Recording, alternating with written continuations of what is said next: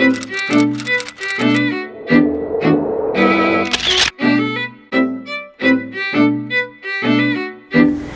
evening, everyone. In this lecture, as usual, I'm going to be talking about you. And I'm going to be talking about a very interesting part of your body called the gastrointestinal tract. Your gastrointestinal tract is about 8 meters long. It starts at the mouth and it ends up at the other end. And we're going to have a look at what happens to the food on the plate, to break it down to microscopic little particles that then can get absorbed into the blood. And tomorrow morning in the lecture on the liver, we're going to have a look at what happens when it gets into the blood. But in this lecture, we're going to look at the fascinating process that breaks that food that you're probably dreaming about, that you had Sunday lunch, to microscopic little particles, absorb it into your blood. And all the food goes into the mouth. So the mouth is the first organ of digestion. The mouth is the only area that we have say over when it goes in, we have say over what goes in, we have say over the environment surrounding when it goes in. We also have say over how long it's actually in the mouth. And we also have say over how often it goes in. So this is basically the only area that we have total say over. The mouth's pH is an alkaline pH, and there are only 2 food groups that are broken down in the mouth. A lot of people don't even realize that anything starts its breakdown in the mouth. The enzyme that's released in the mouth that breaks down starch is called ptyalin. And ptyalin is what's often called a salivary amylase. The salivary amylase breaks down starch. It doesn't totally break it down. As you'll see as we go down the journey, it begins the breakdown. When children are born, they have no teeth and they have no salivary amylase. And the first teeth children have when they're, or develop, usually at around the age of 7, 8, 9, 10 months, 11, 12 months of age, are 4 top teeth and 4 bottom teeth. And those teeth are called milk teeth. Do you know why? That's all baby should have, is milk. But it's also taste time.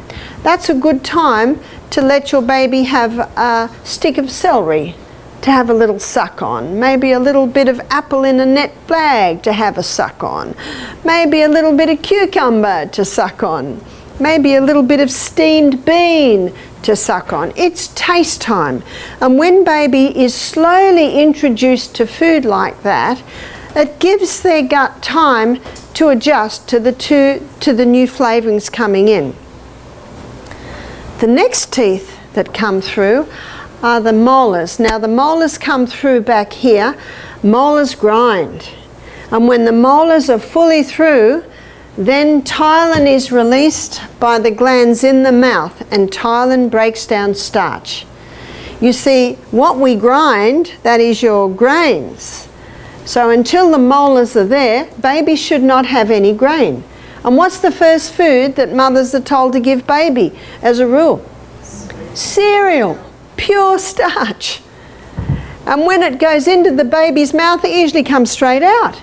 Because until the baby has teeth, and even when the baby has teeth, because my babies were breastfed for several years, they suck with their tongue and their top lip. That comes down. So when this slop, you know, the pharynx goes in, baby automatically goes like that. And you know what happens to the pharynx? It pops straight out the mouth again because of that action. So the mother scoops it up and puts it back in again. Have you ever seen mothers do it? Scoop it up, put it back in. It defies reason to me. It just defies reason. You know, children should not be eating till they can sit, till they can feed themselves, until they've got teeth to chew it with. And when children are given slop, you know, they can get to even 3, 4, 5 and they won't eat anything unless it's slop. But when children are given solid food, like what I was saying, when they can sit and suck on it, their little teeth at the front make little chews. My 10-month-old granddaughter Esther. We're all having dinner together.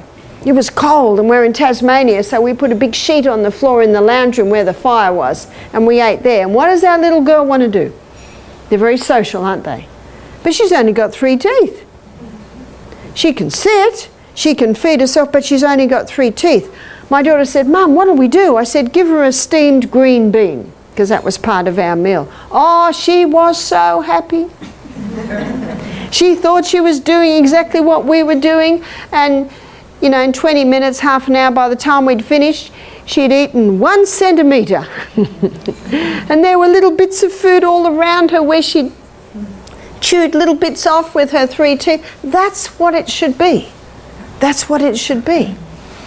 And it's not until the molars are fully through that the glands in the mouth now release ptyalin, which will break down starch. So I didn't give any of my babies any starch until they had a good set of teeth.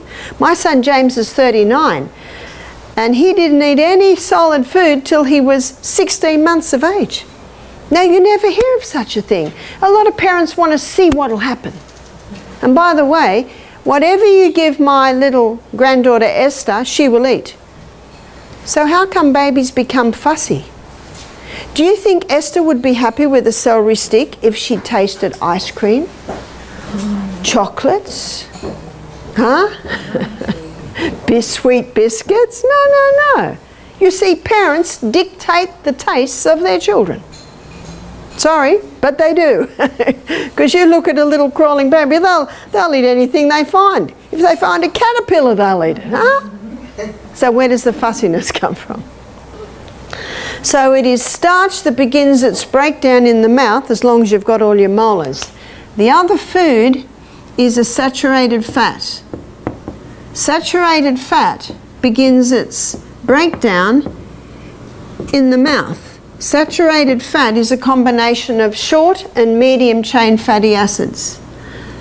And underneath the tongue there are sublingual glands, and they release lingual lipase. And lingual lipase is the enzyme that breaks down the saturated fat.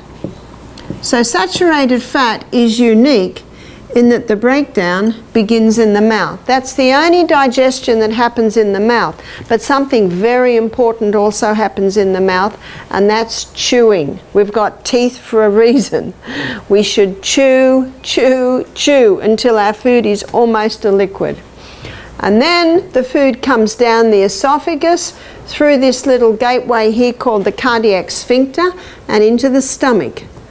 So the stomach is the next organ of digestion, and the stomach is not an alkaline environment, it is an acid environment, and it's very important that it be an acid environment. You see, the folds that line the stomach are like this, and they are lined with gastric glands, and 2/3 of those gastric glands release mucus. And what that does is that provides a thick mucosa wall protecting the stomach about what is released in here. Now what's released here is pepsinogen, and the other enzyme that's released there is hydrochloric acid. Now in an acid environment, pepsinogen and hydrochloric acid unite to release pepsin. And pepsin is the enzyme that breaks down protein. So the only food that's broken down in the stomach is protein, and it's broken down by pepsin. Hydrochloric plays a very important role. You see, hydrochloric acid not only unites with pepsinogen to release pepsin that breaks down the protein, but hydrochloric acid is antifungal, antibacterial. So if any fungus or yeast or bacteria happens to be on the food we're eating, if you've got nice strong hydrochloric acid, it basically annihilates it. And you can see why God meant this union to happen here, because if pepsin was here, pepsin could start breaking down the lining of the stomach. Something also is released here, and that's the intrinsic factor. The intrinsic factor is very important for the absorption of B12. So let me give you the B12 story.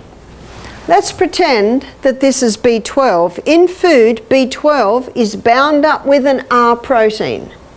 And when B12 and the R protein come into the stomach, hydrochloric acid breaks that union. What also is released in the stomach is intrinsic factor. Now, intrinsic factor and the free B12 travel together all the way down the gut until they get to the last part of the small intestine. Then intrinsic factor and B12 unite, and they're absorbed now into the body. So if someone has low B12, it could simply mean they've got low hydrochloric acid, or their gut is not making intrinsic factor. Because once the B12's absorbed, there's an enterohepatic circulation that connects this area with the liver. And B12 can be constantly circulating. So someone can have no B12 in their diet for 30 years before they can show a B12 deficiency. So if someone has a B12 deficiency, the first thing I look at is the function of the stomach. And one of the signs that someone has low hydrochloric acid is they've eaten a meal, 6 hours later, they're still feeling full. You see, if we had nice strong hydrochloric acid, it breaks down the food, of course, with the connection of pepsinogen quite quickly. I've never met anyone with too much acid in their stomach. If someone says, I've got an over-acid stomach, my question is, how do you know? Oh, I can feel it burning. Oh, the problem's not the acid. The problem might be you're dehydrated and you haven't got enough mucus, because mucus is 99% water.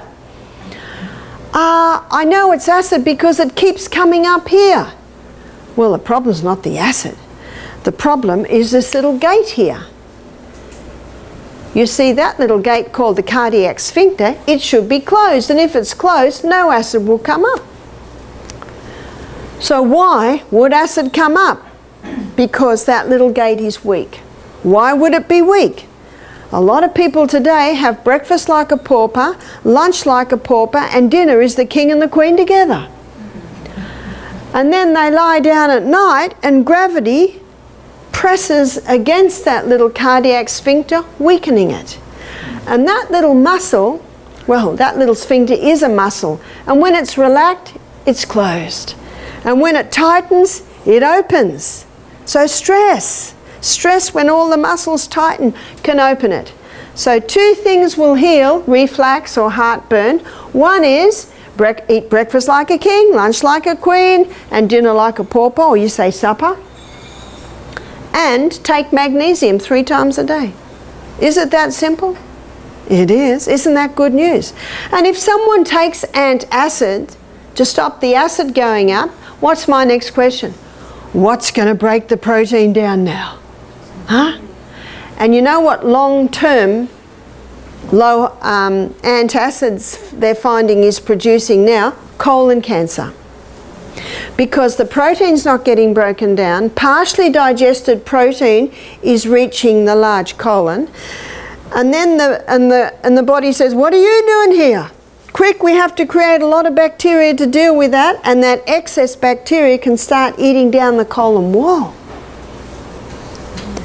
And if someone says to me, I've been on antacids for 25 years, is it working? 25 years? What's the definition of insanity? To do what you've always done and expect different results. So what would cause a weakening in the production of hydrochloric acid? Drinking with the meals.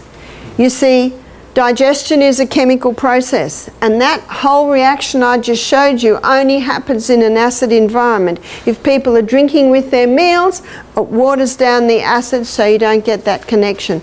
And it's an American habit, isn't it? Certainly an Australian habit. Michael and I go to a restaurant and the waiter, what's the first thing he asks? What will you drink? No, we won't have anything to drink. Oh, we'll just bring you water. Now if we say no thank you, every waiter in the restaurant is coming to us. You don't have water? We let them put the water there. Okay, that just keeps them quiet. I think it's because people are so busy, they've got no time and they sit to eat. Oh, I haven't drunk. And then they drunk water. And a lot of people think they just wash the food down. Wash the food down, they basically wash all their digestive enzymes away. We should be stopping water ideally half an hour before the meal, resume about an hour and a half after the meal. That hour and a half allows time for those digestive enzymes to start their breakdown. If someone's thirsty after a meal, by all means have a mouthful.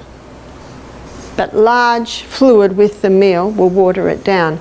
Also, when people are eating every couple of hours, you see, we have one stomach. And that stomach, there's much research to prove this, that one stomach takes 3 to 4 hours to digest. And then that stomach loves a 1 hour rest. So what's that between meals? That's 5 to 6 hours between. Surely not for children. Do you know they've got the same digestive tract? And you might have noticed, I worked out very early, children say they're hungry when they're bored. Have you noticed? And often, when a hunger pang is experienced between meals, it's often dehydration. One day my son Peter came to me and said, "Mum, the water's not doing it anymore." I looked at my watch and said, "Great, it's lunchtime." When the water's not doing it anymore, it usually is time. It is time to eat. Also, what exhausts the hydrochloric acid is eating large amounts at the end of the day. See, when we go to sleep at night, our stomach wants to sleep too. So if there's a huge meal in there, you know, everything slows down. The stomach's digestion's going to be very slow. And when the person wakes up in the morning, do they feel like eating? No. Now, my son James, he's a builder. He works out every day. He's very fit. He eats 4 meals a day. He has breakfast at 5:30, and his metabolism is so fast because he's working so much that he has another meal at 11, and he has another meal, I think, about 4, and he goes to the gym at night and works out, and he has something else to eat about 7:38, and it does him well. Can you see how you've got to play with what works for you? One man said to me, "I grew up with 8 brothers. Our mother and father said you're having main meal for breakfast, main meal for lunch, and that's it." He said, "We're working hard on the farm." He said, "We'd get into our cars and go to town and eat junk at night." That mother would be far wiser to see she's got growing boys who are working hard and provide something for them to eat at night. So a meal at night that would digest quickly would be fruit or a salad or soup. Big growing boys can have 4 bowls of soup, or a protein drink. A protein drink can digest easily. You just got to work out what works for you, and your body will quickly tell you what's working. So that is what's broken down in the stomach. Protein and protein alone. All your starch digestion is put on hold because we're now in an acid stomach. And then we move through and come to the first part of the small intestine, which is called the duodenum. And the duodenum has 2 main organs that are emptying into it. Notice we've got the liver here, the gallbladder. The gallbladder is a reservoir for bile, and that bile duct comes down, connects with the neck of the pancreas, and empties into the duodenum. It's an alkaline environment in the duodenum. And the enzyme that is released from your gallbladder, so I'll just do GB for gallbladder, from the duodenum, is bile. And bile is an enzyme that breaks down long-chain fatty acids, so this is your unsaturated fats. So a lot of those fats are vegetable fats, you know, found in your nuts and your seeds. From the duodenum, the pancreas also releases some enzymes in there. And the pancreas releases pancreatic lipase. And pancreatic lipase does the final breakdown of the unsaturated fats. They're the long-chain fatty acids. So bile starts it, pancreatic lipase finalises it. The pancreas also releases pancreatic amylase. And remember, ptyalin is a salivary amylase, so the amylase salivary amylase ptyalase starts the digestion, put on hold in the stomach, comes to the duodenum, and pancreatic amylase finalises the starch digestion. What's also released in the pancreas is trypsin. And trypsin is the enzyme that finalises protein digestion. So protein digestion is begun in the stomach and finalised in the duodenum under trypsin and chymotrypsin. So these are two enzymes that break down protein. I've got some good news. It's going to get easier now. They're all the big words. From this, students, what's the main organ of digestion? It's the pancreas. Most people think that all of their digestion happens in the stomach, but it is not true. Now, one of the great things about saturated fat, it does not need bile. It does not need pancreatic lipase because the breakdown began in the mouth. So people with liver, gallbladder problems, pancreatic problems, what's the best fat for them? Coconut, yeah. Coconut, it's very easy to digest. But you can see if stomach is not acid enough and pepsin can't break down protein, then protein comes into the duodenum and trypsin and chymotrypsin, they just start the breakdown and they should be finalising the breakdown. At every stage, every organ's role is very important. And if the person ate too fast and didn't give time for the ptyalin to begin starch digestion, and undigested starch gets to the pancreas, pancreatic amylase starts the breakdown, whereas it should be finishing it. Most of your nutrients are absorbed before you get halfway through the small intestine. So from the last part of the small intestine, it's really just roughage. And when the contents of the small intestine gets into the large colon, it's usually mostly liquid. But let's go back to where the food's absorbed, which I call the grand finale of digestion. The small intestine is lined with villi that look like this. And as I showed this morning, that villi should have a thick turf wall. And that thick turf wall around it is made out of mostly Lactobacillus acidophilus and Bifidobacterium. There are trillions of microbes in there, but they're the two main ones, and from them most of them are made. And these bacteria is responsible for the final breakdown, the final touches of digestion. They're particularly important for the release of the B vitamins. That bacteria is also important for the absorption of your nutrients across and into the blood. And of course this villi has capillary networks all through it. That thick turf wall, those microbes, are responsible for protecting the blood, wrong colour, protecting the blood against harmful pathogens that might be in the gut. And those microbes are responsible for nourishing the cells that line the gastrointestinal tract. No wonder I call it the grand finale of digestion. How do you know if the gut's working right? Let me give you a story of a man that came to our health retreat with his wife. He was 68, his wife was 67. I said, what is your reason for coming to our retreat? He said, I'm here to accompany my wife.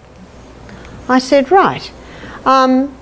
I said, how many bowel movements do you average a day? Because I did a health assessment on him.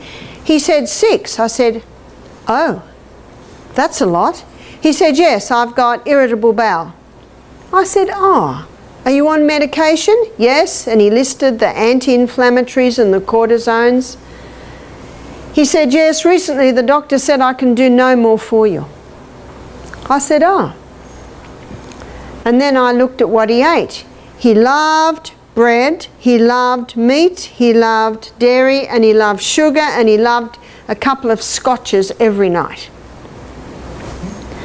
You see, when you're healing an irritated gut, this is what you've got to do. Number 1, stop all the irritants. What are the irritants? Wheat, dairy, in fact, all the things he was having. Refined sugar, alcohol. All of these foods are like kerosene to a fire to an irritated gut. And he was having lots of them. Number 2, probiotic. Probiotic is for life. And that cortisone that he was on, it can break down that gut flora. The very thing he was taking to supposedly heal him, it wasn't at all. All it does is stop the gut being inflamed. And on all that medication, he's going 6 times a day.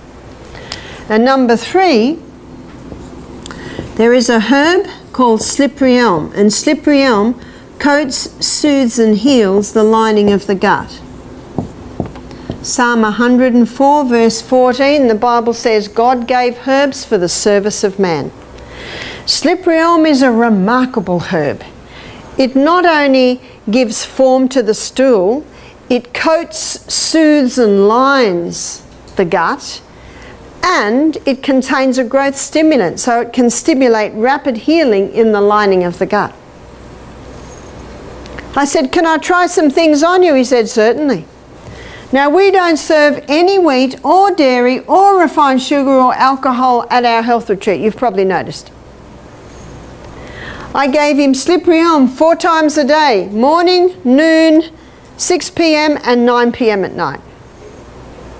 And I gave him a double dose of probiotic. You see, he told me he walks by the beach every morning, and where he walks, there are 4 restrooms on his walk. He's got to, because he's got to keep going in. So in his 1-hour walk every morning, he's got to do 4 stops. First 2 days of the program, he's on juices. So I'm watching him closely. I said, how many times are you going? He said, 5. That's 1 less. On juices. You see, the slippery elm gives form, it coats and soothes. The second day, he was very happy. He said, I only had to stop 3 times on my morning walk this morning. And he's going 4 times. He's dropping 1 movement a day. Fantastic. And it's becoming formed. Wednesday, eating food was much better. I said to him, I believe you can stop your anti-inflammatories and halve your cortisone. He was not interested in doing that on day 1, but because of the results he was getting, he became interested. By Friday, he's going 3 times a day. That's exciting, and formed. The bleeding from the bowel had stopped. The cramping had stopped. This is on medication, all that was happening. On Sunday morning, he came running up to me very excited. He said, I just went on my morning walk and didn't go. Oh, how exciting. When he came to our health retreat, who was he here for? And he sat in the consultation like this. Because of the results he was getting, he was very interested. Because what has his doctor just told him? I can do no more for you. In fact, I know what's next. They start cutting out the colon. And you want to keep away from the knife if at all possible. And you see, it's our responsibility to prove to our doctor that we can do it. And isn't it wonderful when you surprise them? We live in an amazing body. This man's been dealing with this for 30 years. How long was he at our health retreat? 1 week. He's not healed, but he's getting a long way towards it. You see, cortisone is one drug you have to ease off. You have to ease off slowly. I haven't heard any more, but it was pretty exciting what we saw there. Do you know, as the stools become more formed and less frequent, he can start easing off the slippery elm. But before he eases off the slippery elm, my suggestion to him was get off the cortisone totally, and when everything settles down, start easing off the slippery elm.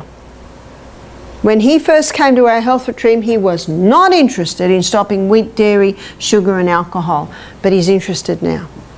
That's one of the beauties of coming to a health retreat, is you can try things at the health retreat and see what works for you.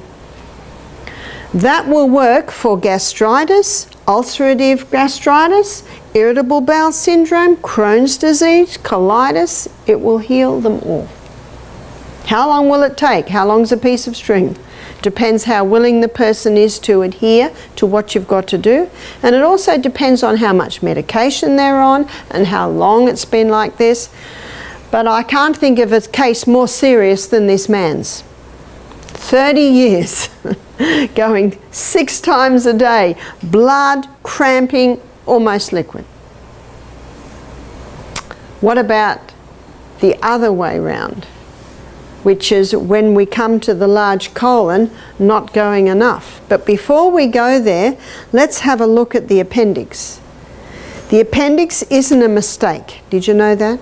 The appendix is a very important organ. It has a nickname. It's called the colon's oil can, because what the appendix does, it lubricates the contents that come out so they can pass with ease through the colon. The appendix also releases antibacterial fluid.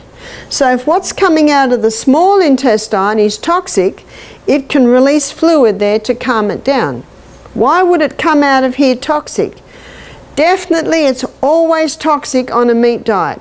You see, dogs' digestive tract is about 1.5 meters long, and they're meat eaters. It's in and out quickly, whereas human beings, it's about 8.5 meters long.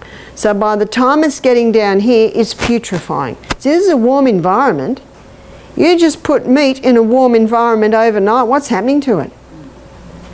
It's going bad. Yes, there are enzymes in there that are breaking it down. Yes, that is happening, because lots of people eat meat and they're not dead. So if someone does want to eat meat, they really have to pack it out with a lot of vegetables to get it through without it poisoning them. Another problem with meat is there's no fibre, and so it easily can get caught in these little pockets. Another reason why if someone chooses to eat meat, it must be with a lot of vegetables to move it through. Now, if a person's eating meat, that food's putrefying, and if they have a steak, say, and ice cream for dessert, that sugar feeds that putrefaction process. So what's coming out here is pretty bad. Now, if what's coming out here is constantly bad, that appendix starts to overwork and it starts to swell. You've heard of people getting appendicitis. It's usually just poor old appendix is just overworked. So what this colon needs, and we looked at that a little bit today, it needs fibre. Your vegetables are your highest fibre food. Vegetables are high in fibre, high in minerals, low in sugars. Whereas fruit is high in fibre, but it's high in sugars and low in minerals. So your healing foods are more your vegetable foods. One of the main functions of the colon is to take water out, so stools are formed. So it's very important to drink adequate water so your colon doesn't have to take too much water out to form the stools. So what happens if a person is only going once a day, how can they encourage their colon to go more? Choose a high fibre diet, make sure they're well hydrated, make sure they're exercising. What if they're doing all of that and they're still only going once a week? And I've met some people that are. Or usually when they start that, they'll start going at least 3 times a week. The cells in our body develop habits, and often the colon has developed a habit, so it's actually, even though you're doing everything right, it's in the habit of not going. So there are herbs that'll revive colon function, and the herb tea mix that we are serving you, we call it colon tea, because these herbs specifically directly affect the function of the colon. And this is the recipe: 1 part cascara, 2 part licorice, and 3 part buckthorn. Licorice is a root, and buckthorn and cascara are barks. So they all need a gentle simmer. So of that mix, you mix it together in a jar, and the recipe is 1 teaspoon of these herbs to 1 cup of water. And then there is a gentle simmer. And you would simmer them for, say, 10 minutes. And the dose is, most people, 1 cup a night will do. If a person's a bit more frequent, half a cup at night. Only in about 3 cases have I ever met people that would need 3 cups a day. But not forever. These herbs, if continually taking, it gets to the point where you have to take less and less and less. Your body's guide basically is your body's response. Or your guide is your body's response. This is the only tea that I know that acts like a laxative, but it's not addictive, because eventually you'll go so much you won't need to take it. Again, at the same time, you've got to eat the fibre, be well hydrated, have most of your food at breakfast and lunch, eat lightly at night. On Wednesday night, we're going to be looking at a poultice lecture and you can put castor oil compresses on the abdomen, and that penetrates deep and can help to break up any lumps in there. Also, at our health retreat in Australia, we have a colonic irrigation system, and that's very good at starting to clean out the colon and get it moving a little bit better.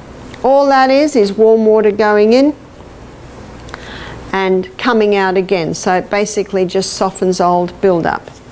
Now, as I mentioned to you this morning, another important point is the proper position when you sit on the throne to evacuate, to allow this red muscle is called puborectalis.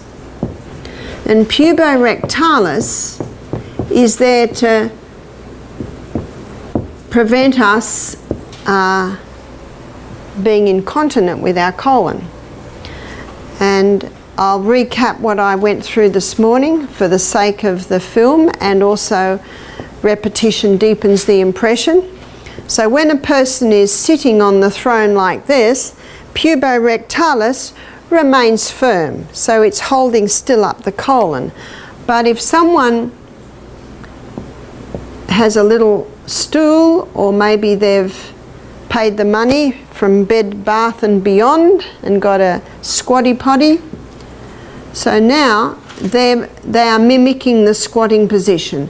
And when the knees are up like this, mimicking the squatting position, that causes puborectalis to relax. And when puborectalis relaxes, then the colon opens and the contents is able to be released with ease. It takes a lot of pressure off the anus, which means it can prevent hemorrhoids, and it can even contribute to the healing of hemorrhoids. In many countries today, people still squat. I met a young man, only 25 years of age, and he had a fistula. What's a fistula? You've got one opening in the anus, but another opening here. And he was so embarrassed, as you can imagine. For years he'd had this swelling, and he used to tell his friends that he had this discomfort, and they used to say, don't worry about it, it's just hemorrhoids. Finally he married, and his wife was a nurse, and for the first time someone looked at it and she saw a swelling there, and it burst one day and a lot of blood and pus came out.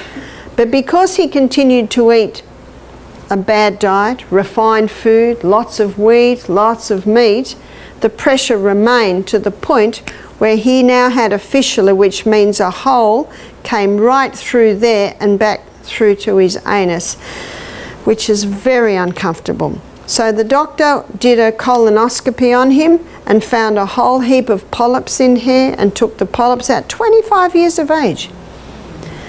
I talked to his mother. He had had all the symptoms of a wheat and a dairy intolerance from a very young age, but he continued to eat it, not knowing what it was doing to him.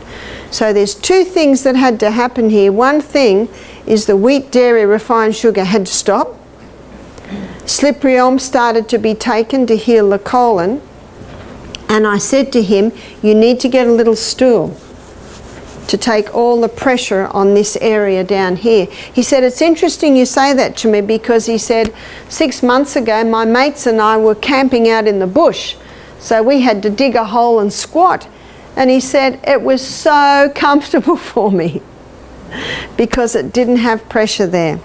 Now I told him that one thing that will speed up that healing is to get 2 tubs, and he was a fairly slim young man, so he could easily get tubs that he sits in. So 2 tubs, this is a hydrotherapy treatment, and it's called sitz baths. So he sits in the tub of hot water. That's how he's got to sit, and the water's like this. So he has a hot tub and he does that for 3 minutes. Then he does a cold tub, ideally with ice cubes in it, and he does that for 30 seconds. And these sitz baths he does 3 times. On Thursday night, Vanessa's going to be talking to you about hydrotherapy. You see, what's next medically? They start cutting. He's 25. His wife's pregnant with their first child. And that's why he agreed to see me. So I said to him, if you implement stopping the wheat, dairy, refined sugar, you start the slippery elm to heal that, you start doing the sitz baths. I said, do them every night. How long will that take? 10 minutes? I said, you just got to have the tubs, you just got to make an appointment. I said, that will bring a lot of relief. This, the doctor had just put a rubber loop between the fistula and the anus. And the poor man, you know, he could hardly walk, he could hardly sit. 25.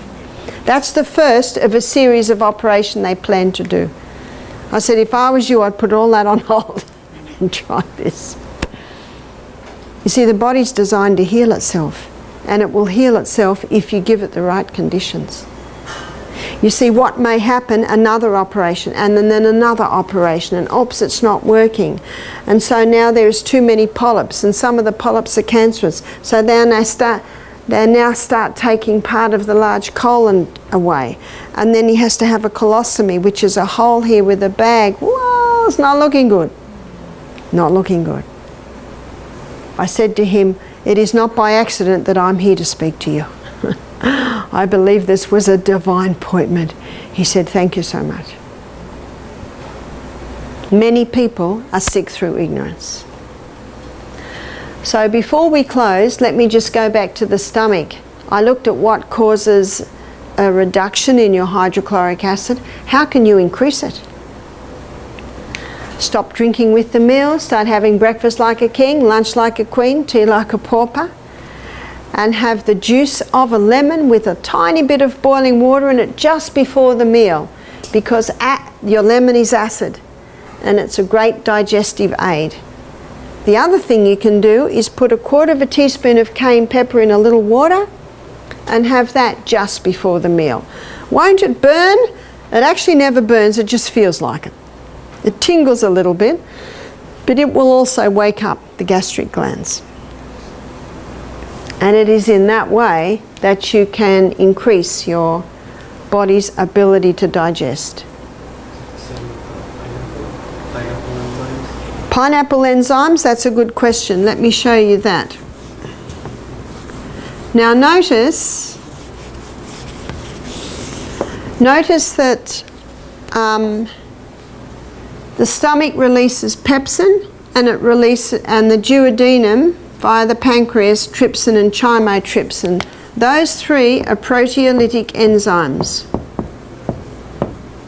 Proteolytic enzymes break down protein. And there are two plants that have proteolytic enzyme. One is the pineapple, and the pineapple has bromelain in it, and that is a proteolytic enzyme. And the papaya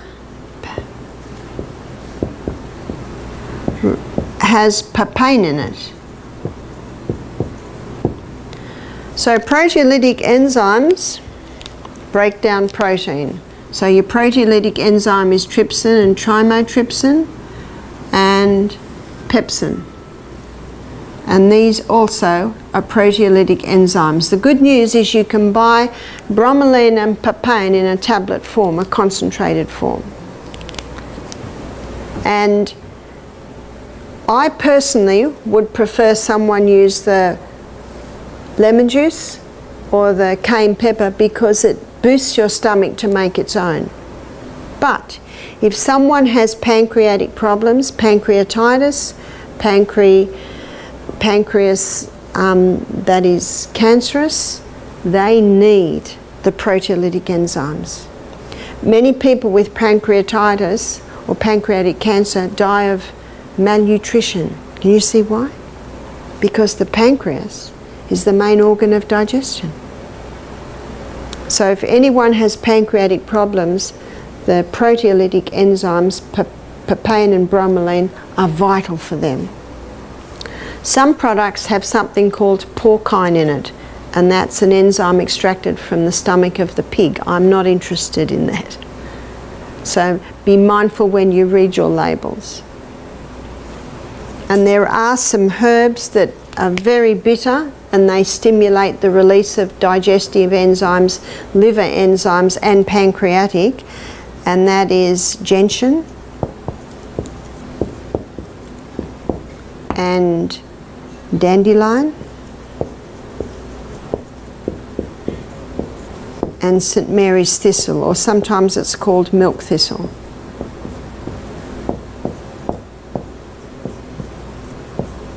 So the beauty of these three herbs is they will increase digestion in the stomach, they will increase the liver's ability to release its bile, and also pancreas.